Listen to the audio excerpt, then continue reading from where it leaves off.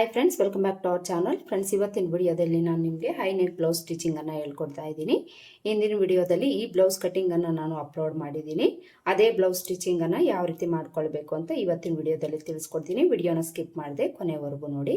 ಮೊದಲಿಗೆ ನಾವಿಲ್ಲಿ front ಪಾರ್ಟನ್ನು stitch ಮಾಡ್ಕೊಳ್ಳೋಣ. ಫ್ರಂಟಲ್ಲಿ ನಾವು ಈ ಥರ ನೆಕ್ ಡಿಸೈನನ್ನು ಇಡ್ತಾ ಇದ್ದೀವಿ. ಇದಕ್ಕೆ ನಾವು ಕ್ಯಾನ್ವಾಸ್ ಹಾಕಿ ಯಾವ ರೀತಿ ಸ್ಟಿಚ್ ಮಾಡ್ಕೊಳ್ಬೇಕು ಅಂತ ಮೊದಲಿಗೆ ನೋಡೋಣ.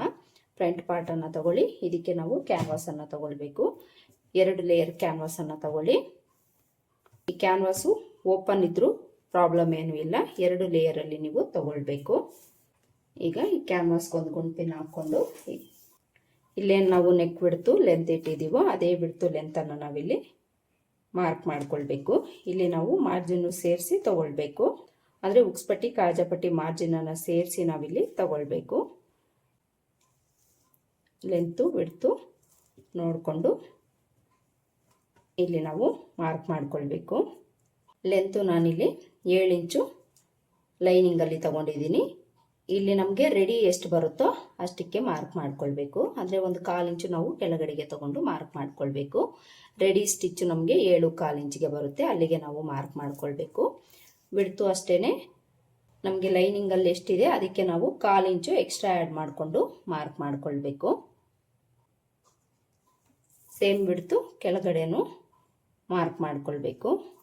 ಮಾರ್ಕ್ ಮಾಡಿಕೊಂಡು ಇಲ್ಲೊಂದು ಬಾಕ್ಸನ್ನು ಡ್ರಾ ಮಾಡ್ಕೊಳ್ಬೇಕು.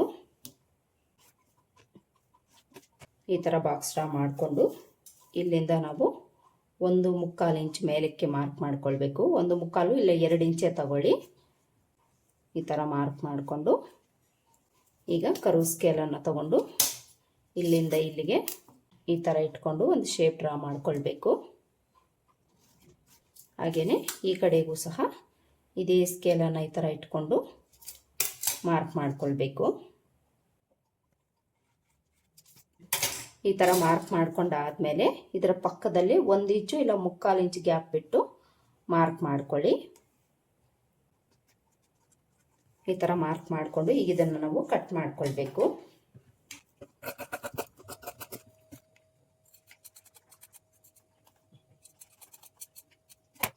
ನೋಡಿ, ಈ ಥರ ನಾವು ಈ ಕ್ಯಾನ್ವಾಸನ್ನು ಕಟ್ ಮಾಡಿಕೊಂಡು ಇಲ್ಲಿ ನಾವು ಲೈನಿಂಗನ್ನು ತಗೊಳ್ಬೇಕು. ಮೇನ್ ಫ್ಯಾಬ್ರಿಕನ್ನು ಬಿಟ್ಟು ಲೈನಿಂಗ್ ಮಾತ್ರ ತಗೊಳ್ಬೇಕು. ಇದನ್ನು ತಗೊಂಡು ಇದನ್ನು ನಾವು ಆಪೋಸಿಟಲ್ಲಿ ಹಾಕ್ಕೊಳ್ಬೇಕು. ಈ ಥರ ಈ ನೆಕ್ ಎರಡೂ ಸಹ ಆಪೋಸಿಟಲ್ಲಿ ಬರೋ ಥರ ಹಾಕ್ಕೊಂಡು ಇಲ್ಲಿ ಕಟ್ ಮಾಡ್ಕೊಂಡಿರೋ ಕ್ಯಾನ್ವಾಸನ್ನು ತಗೊಂಡು ಇದಕ್ಕೆ ನಮಗೆ ಶೈನಿಂಗ್ ಒಂದು ಕಡೆ ಇರುತ್ತೆ, ಪ್ಲೈನ್ ಆಗಿ ಒಂದು ಕಡೆ ಇರುತ್ತೆ. ಶೈನಿಂಗ್ ಇರೋದು ಲೈನಿಂಗ್ ಮೇಲೆ ಹೋಗೋ ಥರ ಇಟ್ಕೊಳ್ಬೇಕು. ನೋಡ್ಕೊಳ್ಳಿ, ಯಾವ ಕಡೆದು ಯಾವ ಕಡೆ ಬರುತ್ತೆ ನೋಡ್ಕೊಳ್ಬೇಕು, ಕನ್ಫ್ಯೂಸ್ ಆಗುತ್ತೆ.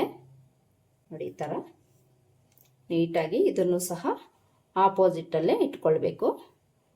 ವಿಡ್ತು ಲೆಂತು ಕರೆಕ್ಟಾಗಿ ನೋಡ್ಕೊಳ್ಳಿ. ನೋಡಿ, ಈ ಥರ ಇದನ್ನು ನಾವು ಇಟ್ಕೊಂಡು ಪೇಸ್ಟ್ ಮಾಡ್ಕೊಳ್ಬೇಕು. ಐರನ್ ಬಾಕ್ಸನ್ನು ನಾವು ಹೀಟ್ ಮಾಡಿ ಇದನ್ನು ಐರನ್ ಮಾಡ್ಕೊಂಡಿದ್ದೀವಿ ಅಂದರೆ ಇದು ನಮಗೆ ಪೇಸ್ಟ್ ಆಗಿಬಿಡುತ್ತೆ. ನಾನು ಇದನ್ನು ಐರನ್ ಮಾಡ್ಕೊಂಡು ಬರ್ತೀನಿ. ಎರಡೂ ಸಹ ನೋಡ್ಕೊಳ್ಳಿ, ಈಕ್ವಲ್ ಆಗಿ ಇಟ್ಕೊಂಡು ಐರನ್ ಮಾಡ್ಕೊಳ್ಬೇಕು. ನೋಡಿ, ಇಲ್ಲಿ ನಾನು ಪೇಸ್ಟ್ ಮಾಡ್ಕೊಂಡು ಬಂದಿದ್ದೀನಿ. ಈ ಥರ ಪೇಸ್ಟ್ ಮಾಡಿಕೊಂಡು ಈ ಕಡೆ ಎಡ್ಜ್ಗೆ ನಾವು ಈ ಕ್ಯಾನ್ವಾಸನ್ನು ಅಟ್ಯಾಚ್ ಮಾಡಿ ಒಂದು ಸ್ಟಿಚ್ ಹಾಕ್ಕೊಳ್ಬೇಕು. ಎರಡೂ ಪೀಸಲ್ಲೂ ಸಹ ಕ್ಯಾನ್ವಾಸ್ ಅಟ್ಯಾಚ್ ಮಾಡಿ ಸ್ಟಿಚ್ ಹಾಕ್ಕೊಳ್ಬೇಕು. ಈ ಥರ ಸ್ಟಿಚ್ ಮಾಡ್ಕೊಂಡಾದ್ಮೇಲೆ ಮೈನ್ ಫ್ಯಾಬ್ರಿಕನ್ನು ತಗೊಳ್ಬೇಕು. ಮೈನ್ ಫ್ಯಾಬ್ರಿಕನ್ನು ತಗೊಂಡು ಉಲ್ಟಾ ಸೀದಾನ ಚೆಕ್ ಮಾಡ್ಕೊಳ್ಳಿ. ಚೆಕ್ ಮಾಡಿಕೊಂಡು ಸೀದಾ ಸೈಡ್ ಮೇಲೆ ಬರೋ ಥರ ಆಪೋಸಿಟಲ್ಲೇ ಹಾಕ್ಕೊಳ್ಬೇಕು. ಈ ಥರ ಹಾಕ್ಕೊಂಡು ಇದ್ರ ಮೇಲೆ ನಾವು ಲೈನಿಂಗನ್ನು ಆಪೋಸಿಟಲ್ಲಿ ಬರೋ ಥರ ಹಾಕ್ಕೊಳ್ಬೇಕು. ಕ್ಯಾನ್ವಾಸ್ ಅನ್ನೋದು ಮೇಲೆ ಇರಬೇಕು, ಸೀದಾ ಸೈಡು ಮೈನ್ ಫ್ಯಾಬ್ರಿಕ್ ಮೇಲೆ ಹೋಗಬೇಕು. ಈ ಥರ ನಾವು ಹಾಕ್ಕೊಳ್ಬೇಕು. ಈ ಥರ ಹಾಕ್ಕೊಂಡು ಈಗ ಒಂದು ಪೀಸನ್ನು ನಾನು ಯಾವ ರೀತಿ ಸ್ಟಿಚ್ ಮಾಡ್ಕೊಳ್ಬೇಕು ಅಂತ ತೋರಿಸ್ತೀನಿ. ಮೈನ್ ಫ್ಯಾಬ್ರಿಕ್ಕು ಕರೆಕ್ಟಾಗಿ ಅಡ್ಜಸ್ಟ್ ಆಗೋ ಥರ ಲೈನಿಂಗನ್ನು ಇಟ್ಕೊಳ್ಳಿ. ಈ ಥರ ಇಟ್ಕೊಂಡು ಒಂದು ಗುಂಪಿನನ್ನು ಹಾಕ್ಕೊಳ್ಳೋಣ. ಗುಂಪಿನ ಹಾಕ್ಕೊಂಡು ಇಲ್ಲಿ ನಾವು ಕ್ಯಾನ್ವಾಸ್ ಎಡ್ಜಿಗೆ ಸ್ಟಿಚ್ ಮಾಡ್ಕೊಳ್ತಾ ಬರಬೇಕು. ಒಂದು ಪಾಯಿಂಟಷ್ಟು ಕ್ಯಾನ್ವಾಸ್ ಮೇಲೇ ಸ್ಟಿಚ್ ಬೀಳೋ ಥರ ಸ್ಟಿಚ್ ಮಾಡ್ಕೊಳ್ಳಿ. ಈ ಮೂಲೆಯಲ್ಲಿ ನೀಡಲನ್ನು ಒಳಗಡೆ ಇಳಿಸ್ಕೊಂಡು ಈ ರೀತಿ ತಿರುಗಿಸ್ಕೊಂಡು ಸ್ಟಿಚ್ ಮಾಡ್ಕೊಳ್ಬೇಕು.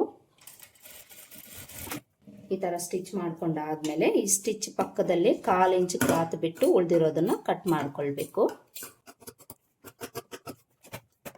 ಈಗ ಇಲ್ಲಿ ಈ ಕಾರ್ನರಲ್ಲಿ ಕಟ್ಸ್ ಹಾಕ್ಕೊಳ್ಬೇಕು. ಸ್ಟಿಚ್ ಕಟ್ ಆಗಬಾರ್ದು, ಸ್ಟಿಚ್ವರೆಗೂ ಕಟ್ಸನ್ನು ಹಾಕ್ಕೊಳ್ಬೇಕು. ಎಕ್ಸ್ಟ್ರಾ ಕ್ಲಾತ್ ಇದ್ದರೆ ಟ್ರಿಮ್ ಮಾಡ್ಕೊಳ್ಬೇಕು. ಇನ್ನು ಈ ಸೈಡಲ್ಲಿ ನಾವು ಅಲ್ಲಲ್ಲಿ ಕಟ್ಸ್ ಹಾಕ್ಕೊಳ್ಬೇಕು. ಶೇಪ್ ಅನ್ನೋದು ನೀಟಾಗಿ ನಮಗೆ ಟರ್ನ್ ಆಗಬೇಕಲ್ವ, ಅದಕ್ಕೋಸ್ಕರ ಈ ಥರ ಕಟ್ಸ್ ಹಾಕ್ಕೊಳ್ಳಿ. ಕಟ್ಸ್ ಹಾಕ್ಕೊಂಡಾದಮೇಲೆ ಲೈನಿಂಗನ್ನು ಓಪನ್ ಮಾಡಿಕೊಂಡು ಕೂಳೆ ಲೈನಿಂಗ್ ಕಡೆಗೆ ಇಟ್ಕೊಂಡು ಲೈನಿಂಗ್ ಮೇಲೆ ಎಜ್ಜಿಗೆ ಒಂದು ಕಿನ್ನರಿ ಸ್ಟಿಚ್ ಹಾಕ್ಕೊಳ್ಬೇಕು.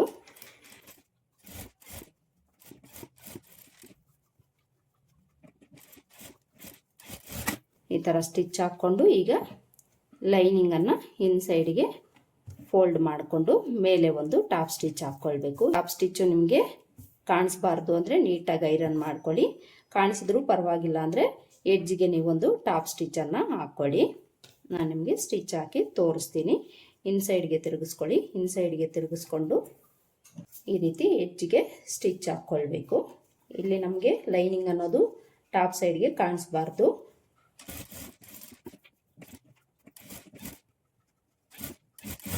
ನೋಡಿ ಈ ಥರ ನಾವು ಸ್ಟಿಚ್ ಮಾಡ್ಕೊಳ್ಬೇಕು.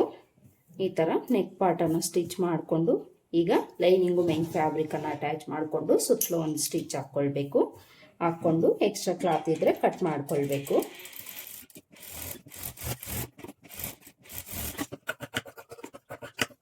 ಈ ಥರ ರೆಡಿ ಮಾಡಿಕೊಂಡು ಈ ಬಸ್ಟ್ ಪಾಯಿಂಟ್ ಹತ್ರ ನಾಚ್ ಹಾಕ್ಕೊಳ್ಳಿ. ಒಂದು ಪೀಸನ್ನು ನಾನು ಯಾವ ರೀತಿ ನೆಕ್ ಪಾರ್ಟನ್ನು ಸ್ಟಿಚ್ ಮಾಡ್ಕೊಳ್ಬೇಕು ಅಂತ ತೋರಿಸಿದ್ದೀನಿ ಅಲ್ವಾ, ಸೇಮ್ ಇದೇ ಥರನೇ ನೀವು ಇನ್ನೊಂದು ಕಡೆ ಪೀಸ್ನೂ ಸಹ ಸ್ಟಿಚ್ ಮಾಡ್ಕೊಳ್ಬೇಕು. ನೋಡಿ ಇಲ್ಲಿ ನಾನು ಎರಡೂ ಕಡೆ ಪಾರ್ಟ್ಗೂ ಸಹ ನೆಕ್ ಪಾರ್ಟನ್ನು ಸ್ಟಿಚ್ ಮಾಡ್ಕೊಂಡಾಗಿದೆ. ಈ ಥರ ಸ್ಟಿಚ್ ಮಾಡಿಕೊಂಡು ಈಗ ಇದಕ್ಕೆ ನಾವು ಈ ಪ್ರಿನ್ಸಸ್ ಕಟ್ ಪಾರ್ಟನ್ನು ಅಟ್ಯಾಚ್ ಮಾಡ್ಕೊಳ್ಬೇಕು. ಪ್ರಿನ್ಸಸ್ ಕಟ್ ಪಾರ್ಟನ್ನು ತಗೊಂಡು ಇದನ್ನು ಸಹ ನಾವು ಲೈನಿಂಗು ಮೈನ್ ಫ್ಯಾಬ್ರಿಕನ್ನು ಅಟ್ಯಾಚ್ ಮಾಡಿ ಇಟ್ಕೊಳ್ಬೇಕು. ಆಪೋಸಿಟಲ್ಲಿ ಹಾಕ್ಕೊಳ್ಳಿ. ಮೈನ್ ಫ್ಯಾಬ್ರಿಕ್ಕು ರಾಂಗ್ ಸೈಡ್ ಮೇಲೆ ಇಟ್ಕೊಂಡು ಆಪೋಸಿಟಲ್ಲಿ ಹಾಕ್ಕೊಂಡು ಅದ್ರ ಮೇಲೆ ಲೈನಿಂಗನ್ನು ಇಟ್ಟು ಸುತ್ತಲೂ ಒಂದು ಸ್ಟಿಚ್ ಹಾಕ್ಕೊಂಡು ಎಕ್ಸ್ಟ್ರಾ ಕ್ಲಾತ್ ಏನಾದರೂ ಇದ್ದರೆ ಕಟ್ ಮಾಡಿ ಈ ಥರ ರೆಡಿ ಮಾಡ್ಕೊಳ್ಬೇಕು. ಈ ಥರ ರೆಡಿ ಮಾಡ್ಕೊಂಡಿರೋ ಈ ಪೀಸನ್ನು ನಾವು ಇದಕ್ಕೆ ಅಟ್ಯಾಚ್ ಮಾಡ್ಕೊಳ್ಬೇಕು. ಯಾವ ಕಡೆಗೆ ಯಾವ ಪೀಸ್ ಬರುತ್ತೆ ಅಂತ ನೋಡ್ಕೊಳ್ಳಿ.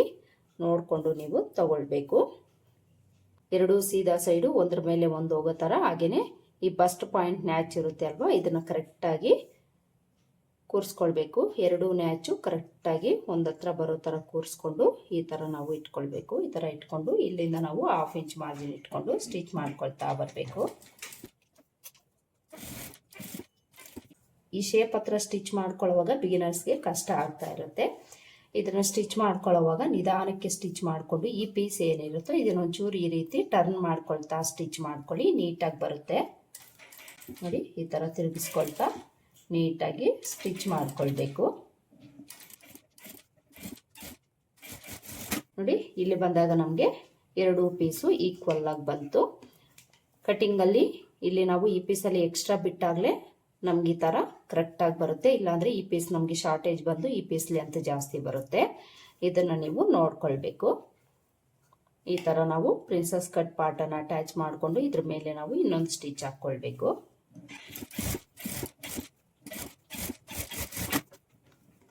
ಸೇಮ್ ಇದೇ ಥರ ಇನ್ನೊಂದು ಪೀಸ್ಗೂ ಸಹ ಈ ಪ್ರಿನ್ಸಸ್ ಕಟ್ ಪಾರ್ಟನ್ನು ಅಟ್ಯಾಚ್ ಮಾಡ್ಕೊಳ್ಬೇಕು.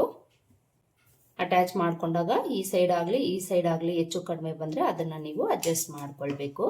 ಇಲ್ಲೇನು ನನಗೆ ಹೆಚ್ಚಾಗೇನು ಹೆಚ್ಚು ಕಡಿಮೆ ಬಂದಿಲ್ಲ, ಒಂದು ಪಾಯಿಂಟ್ ಅಷ್ಟು ಎಕ್ಸ್ಟ್ರಾ ಬಂದಿದೆ. ಇದನ್ನು ನಾವು ಈ ಥರ ಕಟ್ ಮಾಡಿ ತೆಗಿಬೇಕು. ಸೇಮ್ ಇನ್ನೊಂದು ಪೀಸ್ಗೂ ಸಹ ಇದೇ ಥರನೇ ನೀವು ಪ್ರಿನ್ಸಸ್ ಕಟ್ ಪಾರ್ಟನ್ನು ಅಟ್ಯಾಚ್ ಮಾಡ್ಕೊಳ್ಳಿ. ನೋಡಿ ಈ ಥರ ಎರಡೂ ಪಾರ್ಟ್ಗೂ ಸಹ ಪ್ರಿನ್ಸಸ್ ಕಟ್ ಪಾರ್ಟನ್ನು ಸ್ಟಿಚ್ ಮಾಡಿಕೊಂಡು ಉಕ್ಸ್ಪಟ್ಟಿ ಕಾಜಾಪಟ್ಟಿ ಲೆಂತು ಕರೆಕ್ಟಾಗಿದೆ ಎಲ್ಲಿ ಬಂತು ಒಂದ್ಸಲ ಚೆಕ್ ಮಾಡ್ಕೊಳ್ಳಿ. ಕರೆಕ್ಟಾಗಿರಬೇಕು. ನನಗಿಲ್ಲಿ ಕರೆಕ್ಟಾಗಿದೆ. ಈಗ ನಾವು ಈ ಉಕ್ಸ್ಪಟ್ಟಿ ಕಾಜಾಪಟ್ಟಿ ಹತ್ರ 1/2 ಇಂಚು ನಾವು ಮಾರ್ಜಿನನ್ನು ಬಿಟ್ಟಿರ್ತೀವಿ ಅಲ್ವಾ, ಅದರಲ್ಲಿ ನಾವು ಒಂದು 1/4 ಇಂಚಷ್ಟು ಕಟ್ ಮಾಡಿ ತೆಗಿಬೇಕು. ಈ ಥರ ಎರಡೂ ಪಾರ್ಟು ಈಕ್ವಲ್ ಆಗಿ ಇಟ್ಕೊಂಡು 1/4 ಇಂಚನ್ನು ಕಟ್ ಮಾಡಿ ತೆಗಿಬೇಕು. ಇಲ್ಲಿಂದ ಇಷ್ಟರಲ್ಲೇ ಕಟ್ ಮಾಡಿಕೊಡಿ. ಈ ಕಡೆ ಎಲ್ಲ ನಾವು ಕಟ್ ಮಾಡ್ಕೊಳ್ಳೋ ಅವಶ್ಯಕತೆ ಇಲ್ಲ. ಇಲ್ಲಿಂದ ಇಷ್ಟರಲ್ಲೇ ನಾವು ಈ 1/4 ಇಂಚನ್ನು ಕಟ್ ಮಾಡಿ ತೆಗಿಬೇಕು. ಈಗ ಇದಕ್ಕೆ ನಾವು ಸೊಂಟದ ಪಟ್ಟಿನ ಸ್ಟಿಚ್ ಮಾಡ್ಕೊಳ್ಬೇಕು. ಸೊಂಟದ ಪಟ್ಟಿಗೆ ಒಂದು 2 ಇಂಚು ಅಗಲದ ಕ್ಲಾತ್ ತೊಗೊಂಡು ಒಂದು ಸೈಡು ಒಂದು 1/2 ಇಂಚ್ ಕ್ಲಾತನ್ನು ಫೋಲ್ಡ್ ಮಾಡಿ ಸ್ಟಿಚ್ ಮಾಡಿಕೊಂಡು ಇದ್ರ ಮೇಲೆ ಇಟ್ಟು 1/2 ಇಂಚ್ ಮಾರ್ಜಿನ್ ಇಟ್ಕೊಂಡು ಇಲ್ಲಿ ನಾವು ಸ್ಟಿಚ್ ಮಾಡ್ಕೊಳ್ಬೇಕು. ಕುಳೆ ಅನ್ನೋದು ಮೇಲೆ ಇರಬೇಕು, ಸೀದಾ ಸೈಡು ಬ್ಲೌಸ್ ಮೇಲೆ ಹೋಗಬೇಕು. ಈ ಥರ ಇಟ್ಕೊಂಡು ಸ್ಟಿಚ್ ಮಾಡ್ಕೊಳ್ಳಿ. ಸ್ಟಿಚ್ ಮಾಡಿಕೊಂಡು ಈ ಪಟ್ಟಿನ ಓಪನ್ ಮಾಡಿ ಮೇಲೆ ಒಂದು ಕಿನಾರಿ ಸ್ಟಿಚ್ ಹಾಕ್ಕೊಳ್ಬೇಕು. ಈಗ ಇದನ್ನು ಇನ್ಸೈಡ್ಗೆ ಫೋಲ್ಡ್ ಮಾಡಿಕೊಂಡು ಸ್ಟಿಚ್ ಮಾಡ್ಕೊಳ್ಬೇಕು. ಸೊಂಟದ ಪಟ್ಟಿನ ಸ್ಟಿಚ್ ಮಾಡಿಕೊಂಡು ಸೈಡ್ಗಳಲ್ಲಿ ಎಕ್ಸ್ಟ್ರಾಸ್ ಏನಾದರೂ ಇದ್ದರೆ ಕಟ್ ಮಾಡ್ಕೊಳ್ಳಿ.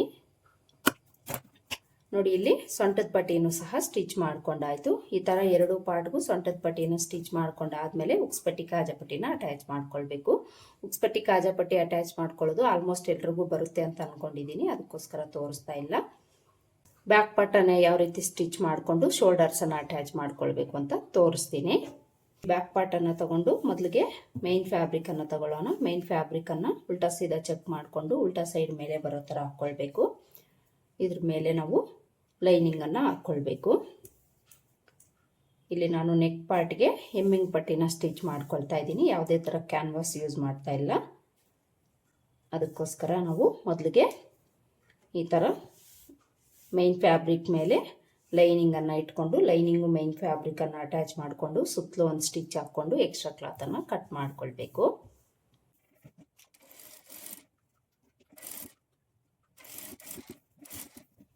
ಲೈನಿಂಗನ್ನು ಎಲ್ಲೂ ಲೂಸ್ ಬಿಡದೆ ನೀಟಾಗಿ ಸರಿ ಮಾಡಿಕೊಂಡು ಲೈನಿಂಗು ಮೈನ್ ಫ್ಯಾಬ್ರಿಕನ್ನು ಅಟ್ಯಾಚ್ ಮಾಡ್ಕೊಳ್ಬೇಕು. ಮೈನ್ ಫ್ಯಾಬ್ರಿಕ್ ಆ ಕಡೆ ಈ ಕಡೆ ಹೋಗ್ತಾ ಇದ್ರೆ ಒಂದೆರಡು ಗುಂಡ್ ಪಿನ್ಸ್ ಹಾಕ್ಕೊಂಡು ನೀವು ಸ್ಟಿಚ್ ಮಾಡ್ಕೊಳ್ಳಿ. ಈ ಥರ ಲೈನಿಂಗು ಮೈನ್ ಫ್ಯಾಬ್ರಿಕ್ ಅಟ್ಯಾಚ್ ಮಾಡಿಕೊಂಡು ಎಕ್ಸ್ಟ್ರಾ ಕ್ಲಾತ್ನ ಕಟ್ ಮಾಡ್ಕೊಳ್ಬೇಕು. ಈ ಥರ ಲೈನಿಂಗು ಮೈನ್ ಫ್ಯಾಬ್ರಿಕನ್ನು ಅಟ್ಯಾಚ್ ಮಾಡಿಕೊಂಡು ಈಗ ಈ ನೆಕ್ ಪಾರ್ಟ್ಗೆ ಎಮ್ಮಿಂಗ್ ಪಟ್ಟಿನ ಸ್ಟಿಚ್ ಮಾಡ್ಕೊಳ್ಬೇಕು. ಬ್ಲೌಸ್ನ ಸೀದಾ ಸೈಡ್ ಮೇಲೆ ಬರೋ ಥರ ಇಟ್ಕೊಳ್ಳಿ. ಈ ಥರ ಇಟ್ಕೊಂಡು ಎಮ್ಮಿಂಗ್ ಪಟ್ಟಿನ ಸ್ಟಿಚ್ ಮಾಡ್ಕೊಳ್ಳೋದಕ್ಕೆ ನಾವು ಕ್ರಾಸ್ ಪೀಸನ್ನು ತಗೊಳ್ಬೇಕು. ಕ್ರಾಸ್ ಪೀಸ್ನಾಗಲ 1.5 ಇಂಚ್ ಅಗಲ ಇರೋ ಥರ ನೋಡಿಕೊಂಡು ನೀವು ಕ್ರಾಸ್ ಪೀಸನ್ನು ತಗೊಳ್ಳಿ. ಇದನ್ನು ನಾವು ಇಲ್ಲಿಂದ 1/4 ಇಂಚ್ ಮಾರ್ಜಿನ್ ಇಟ್ಕೊಂಡು ಸ್ಟಿಚ್ ಮಾಡ್ಕೊಳ್ಬೇಕು.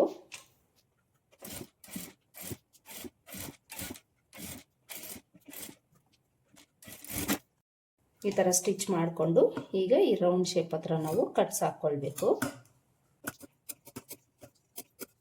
ಕಟ್ಸ್ ಹಾಕ್ಕೊಂಡು ಈ ಕ್ಲಾತನ್ನು ಇನ್ಸೈಡ್ಗೆ ಫೋಲ್ಡ್ ಮಾಡ್ಕೊಳ್ಬೇಕು. ಈ ಕ್ಲಾತನ್ನು ನಾವು ಇನ್ಸೈಡ್ಗೆ ಫೋಲ್ಡ್ ಮಾಡ್ಕೊಳ್ಬೇಕು. ಇದನ್ನು ಫೋಲ್ಡ್ ಮಾಡ್ಕೊಳ್ಬೇಕಾದ್ರೆ ಈ ಕೂಳೆನ ಈ ಪಟ್ಟಿ ಕಡೆನೇ ಇಟ್ಕೊಂಡು ಈ ಕೂಳೆ ಎಷ್ಟಿರುತ್ತೋ ಅಷ್ಟಕ್ಕೆ ನಾವು ಈ ಪಟ್ಟಿನ ಫೋಲ್ಡ್ ಮಾಡ್ಕೊಳ್ಬೇಕು. ಫೋಲ್ಡ್ ಮಾಡಿಕೊಂಡು ಎಡ್ಜ್ಗೆ ನಾವು ಸ್ಟಿಚ್ ಹಾಕ್ಕೊಳ್ಬೇಕು. ಪಟ್ಟಿ ಮೇಲೆ ಬಿಡಬೇಕು, ಬಾಡಿ ಮೇಲೆ ಅಲ್ಲ. ಎಡ್ಜ್ಗೆ ನೀಟಾಗಿ ಈ ಥರ ಸ್ಟಿಚ್ ಮಾಡ್ಕೊಳ್ಬೇಕು. ಈ ಥರ ಸ್ಟಿಚ್ ಮಾಡಿಕೊಂಡು ಇನ್ಸೈಡಲ್ಲಿ ನಮಗೆ ಕೂಳೆ ಏನಾದರೂ ಎಕ್ಸ್ಟ್ರಾ ಇದ್ದರೆ ನೀಟಾಗಿ ಅದನ್ನು ಟ್ರಿಮ್ ಮಾಡ್ಕೊಳ್ಬೇಕು. ಜಾಸ್ತಿ ಎಲ್ಲ ಕೂಳೆ ಇರಬಾರ್ದು. ಸ್ಟಿಚ್ ಎಲ್ಲಿವರೆಗೂ ಇರುತ್ತೆ ಅಲ್ಲಿವರೆಗೂ ಮಾತ್ರ ಈ ಕ್ಲಾತ್ ಅನ್ನೋದು ಇರಬೇಕು. ನೋಡಿಕೊಂಡು ನೀಟಾಗಿ ಈ ಕ್ಲಾತನ್ನು ಕಟ್ ಮಾಡ್ಕೊಳ್ಳಿ. ಈಗ ಇದನ್ನು ನಾವು ಇನ್ಸೈಡ್ಗೆ ಫೋಲ್ಡ್ ಮಾಡಿಕೊಂಡು ಎಮ್ಮಿಂಗ್ ಮಾಡ್ಕೊಳ್ಬೇಕು. ಇಲ್ಲಿ ನಾವು ಲಾಸ್ಟಲ್ಲಿ ಎಮ್ಮಿಂಗ್ ಮಾಡ್ಕೊಳ್ತೀವಿ, ಅದಕ್ಕೋಸ್ಕರ ಇಲ್ಲಿ ನಾವು ಇನ್ಸೈಡ್ಗೆ ಫೋಲ್ಡ್ ಮಾಡಿಕೊಂಡು ಒಂದು ದೊಡ್ಡ ಸ್ಟಿಚ್ಚನ್ನು ಹಾಕ್ಕೊಳ್ಳೋಣ.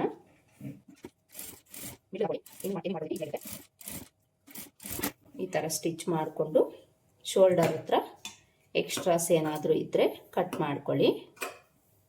ಇಲ್ಲಿ ನಮಗೆ ನೆಕ್ ಪಾರ್ಟು ರೆಡಿ ಆಯಿತು. ಬ್ಯಾಕ್ ಪಾರ್ಟಲ್ಲಿ ಇನ್ನು ಬ್ಯಾಕ್ ಪಾರ್ಟಲ್ಲಿ ನಾವು ಡಾಟ್ಸನ್ನು ಹಿಡಿದು ಸೊಂಟದ ಪಟ್ಟಿನ ಸ್ಟಿಚ್ ಮಾಡ್ಕೊಳ್ಬೇಕು. ಡಾಟ್ಸನ್ನು ನಾವು ಎಲ್ಲಿಗೆ ಮಾರ್ಕ್ ಮಾಡ್ಕೊಂಡಿರ್ತೀವೋ ಅಲ್ಲಿಗೆ ಫೋಲ್ಡ್ ಮಾಡಿಕೊಂಡು 1/2 ಇಂಚ್ ಮಾರ್ಜಿನ್ ಇಟ್ಕೊಂಡು ಎಷ್ಟು ಲೆಂತ್ಗೆ ಇಟ್ಟಿರ್ತೀವೋ ಅದೇ ಲೆಂತ್ಗೆ ಸ್ಟಾರ್ಟಿಂಗು ಎಂಡಲ್ಲಿ ರಫ್ ಸ್ಟಿಚ್ ಹಾಕ್ಕೊಂಡು ಸ್ಟಿಚ್ ಮಾಡ್ಕೊಳ್ಬೇಕು. ಎರಡೂ ಸೈಡು ಸೇಮ್ ಇದೇ ಥರ ನಾವು ಡಾಟ್ಸನ್ನು ಸ್ಟಿಚ್ ಮಾಡ್ಕೊಳ್ಬೇಕು. ಎರಡೂ ಸೈಡು ಡಾಟ್ಸನ್ನು ಈ ಥರ ಸ್ಟಿಚ್ ಮಾಡಿಕೊಂಡು ಈಗ ಸೊಂಟದ ಪಟ್ಟಿನ ಸ್ಟಿಚ್ ಮಾಡ್ಕೊಳ್ಬೇಕು. ಆಗಲೇ ನಾನು ಫ್ರಂಟ್ ಪಾರ್ಟಲ್ಲಿ ತೋರಿಸಿದ್ನಲ್ವ ಸೊಂಟದ ಪಟ್ಟಿ ಯಾವ ರೀತಿ ಸ್ಟಿಚ್ ಮಾಡ್ಕೊಳ್ಬೇಕು ಅಂತ, ಸೇಮ್ ಅದೇ ಥರನೇ ಇಲ್ಲೂ ಸಹ ನಾವು ಸೊಂಟದ ಪಟ್ಟಿನ ಸ್ಟಿಚ್ ಮಾಡ್ಕೊಳ್ಬೇಕು. ಈಗ ಇದಕ್ಕೆ ನಾವು ಫ್ರಂಟ್ ಪಾರ್ಟನ್ನು ತಗೊಂಡು ಶೋಲ್ಡರ್ಸನ್ನು ಅಟ್ಯಾಚ್ ಮಾಡ್ಕೊಳ್ಬೇಕು. ಫ್ರಂಟ್ ಪಾರ್ಟನ್ನು ತಗೊಳ್ಳಿ, 2 ಪೀಸನ್ನು ತಗೊಂಡು ಉಕ್ಸ್ಪಟ್ಟಿ ಕಾಜಾಪಟ್ಟಿ ಆಪೋಸಿಟಲ್ಲಿ ಬರಬೇಕು. ಹಾಗೆಯೇ ಈ ಸೀದಾ ಸೈಡು ಎರಡೂ ಸಹ ಒಂದ್ರ ಮೇಲೆ ಹೋಗೋ ಥರ ಇಟ್ಕೊಳ್ಬೇಕು. ಈ ಥರ ಇಟ್ಕೊಂಡು ಇಲ್ಲಿ ನಾವು ಹಾಫ್ ಇಂಚ್ ಮಾರ್ಜಿನ್ ಇಟ್ಕೊಂಡು ಶೋಲ್ಡರ್ಸನ್ನು ಅಟ್ಯಾಚ್ ಮಾಡ್ಕೊಳ್ಬೇಕು. ಬ್ಯಾಕ್ ಸೈಡ್ಗೆ ತಿರುಗಿಸ್ಕೊಂಡು ಅಟ್ಯಾಚ್ ಮಾಡ್ಕೊಳ್ಳಿ.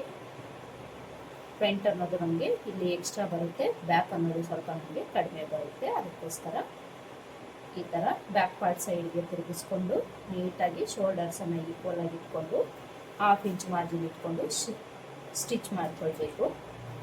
ಸ್ಟಾರ್ಟಿಂಗು ಎಂಡಲ್ಲಿ ರಫ್ ಸ್ಟಿಚ್ ಹಾಕ್ಕೊಂಡು ಸ್ಟಿಚ್ ಮಾಡ್ಕೊಳ್ಳಿ. ನೋಡಿ, ಅಟ್ಯಾಚ್ ಮಾಡಿಕೊಂಡಾಗ ನಮಗೆ ಫ್ರಂಟು ಬ್ಯಾಕು ಈಕ್ವಲ್ ಆಗಿ ಬರೋ ಥರ ನೋಡ್ಕೊಳ್ಬೇಕು. ಇಲ್ಲೇನಾದರೂ ಫ್ರಂಟ್ ಪಾರ್ಟು ಒಂಚೂರು ನಿಮಗೆ ಎಕ್ಸ್ಟ್ರಾ ಬಂದರೆ ನೀಟಾಗಿ ಟ್ರಿಮ್ ಮಾಡ್ಕೊಳ್ಳಿ. ಇಲ್ಲಿಂದ ಇಷ್ಟರಲ್ಲೇ ಟ್ರಿಮ್ ಮಾಡ್ಕೊಳ್ಬೇಕು. ಇನ್ನೊಂದು ಸೈಡು ಸೇಮ್ ಇದೇ ಥರ ನಾವು ಶೋಲ್ಡರ್ಸನ್ನು ಅಟ್ಯಾಚ್ ಮಾಡ್ಕೊಳ್ಬೇಕು. ಇದನ್ನು ಸಹ ಬ್ಯಾಕ್ ಸೈಡ್ ಪಾರ್ಟ್ ಕಡೆ ತಿರುಗಿಸ್ಕೊಂಡು ಎರಡು ಶೋಲ್ಡರನ್ನು ಈಕ್ವಲ್ ಆಗಿ ಇಟ್ಕೊಂಡು ಸ್ಟಿಚ್ ಮಾಡ್ಕೊಳ್ಬೇಕು.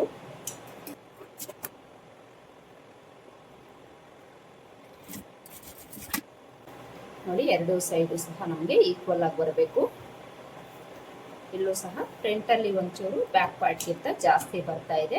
ಇದನ್ನು ನಾವು ಕಟ್ ಮಾಡ್ಕೊಳ್ಳೋಣ.